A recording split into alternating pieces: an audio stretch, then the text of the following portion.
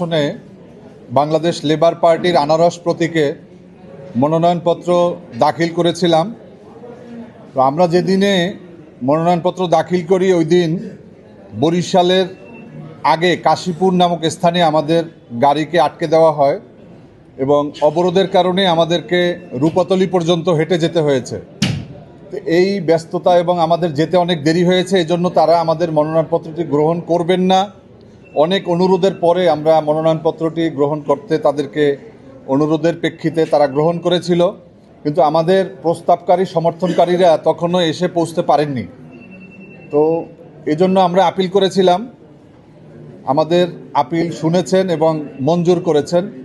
আমরা আমাদের এই ন্যায় বিচারে এবং আমাদের প্রতি যেই ইনসাফপূর্ণ যে ব্যবহার করেছে এই জন্য আমরা তাদেরকে কৃতজ্ঞতা প্রকাশ করছি এবং আইনের প্রতি আমরা শ্রদ্ধা প্রদর্শন করেই আমরা আপিল করেছিলাম। আমরা ন্যায় বিচার পেয়েছি। আমরা মনে করি যে একটি সুষ্ঠু গ্রহণযোগ্য নির্বাচনের জন্য যেইভাবে রোডম্যাপ নিয়ে নির্বাচন কমিশন এগিয়ে যাচ্ছে, এটাকে সামনে এগিয়ে নিতে হলে আরও বেশি কিছু কাজ করা দরকার। আমি বাংলাদেশ লেবার পার্টির চেয়ারম্যান হিসেবে আমি লেভেল প্লেইং ফিল্ড নিয়ে দুই একটি কথা বলতে চাই। আমরা লক্ষ্য করেছি যে নির্বাচনের তফসিল ঘোষণার পরে ঢাকা ৮ আসনের প্রার্থীকে গুলি করে হত্যা করা হয়েছে এবং সেই আসামিদেরকে এখন পর্যন্ত গ্রেপ্তার করা সম্ভব হয়নি। এই নির্বাচন কমিশন একটা স্বাধীন প্রতিষ্ঠান এবং নির্বাচনের রোডম্যাপ ঘোষণার পরে নির্বাচনের কমিশনের উপরে বর্তায় দেশের আইন শৃঙ্খলা থেকে শুরু করে সার্বিক বিষয় তাদের দেখভাল করার। কিন্তু এরপরে আমরা দেখলাম যে কক্সবাজারে এক প্রার্থীর বাড়িতে কাপড়ের কাপড় পাঠানো হয়েছে।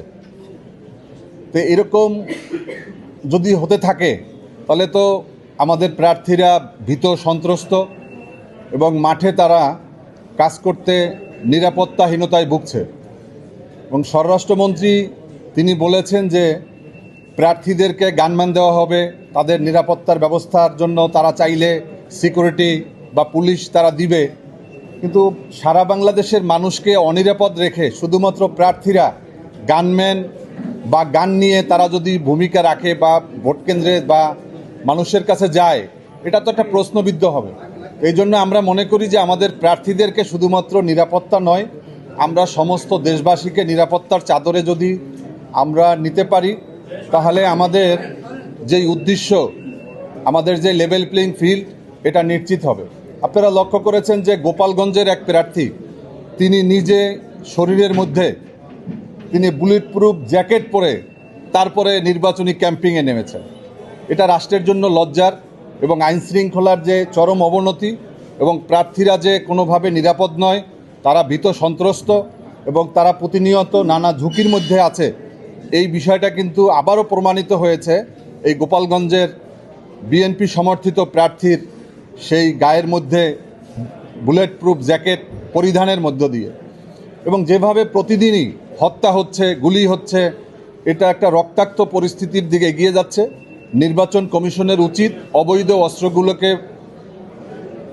অবিলম্বে উদ্ধার করা এবং বৈধ অস্ত্রগুলোকে প্রশাসনের কাছে জমা নেওয়া।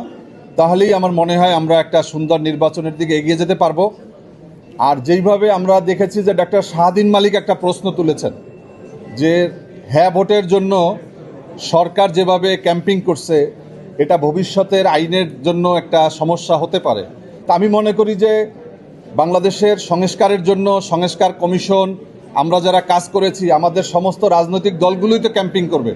রাষ্ট্রকে আলাদাভাবে ক্যাম্পিংয়ের কোনো দরকার নেই এবং রাজনৈতিক দলগুলো যারা জুলাই আন্দোলনের যাদের ভূমিকা রয়েছে, যারা ফ্যাসিবাদের বিরুদ্ধে লড়াইয়ে ছিল, তাদের সবারই উচিত এই হ্যাঁ ভোটের জন্য ক্যাম্পিং করা এবং রাষ্ট্র সরকারকে যার যার জায়গায় কাজ করতে দেওয়া।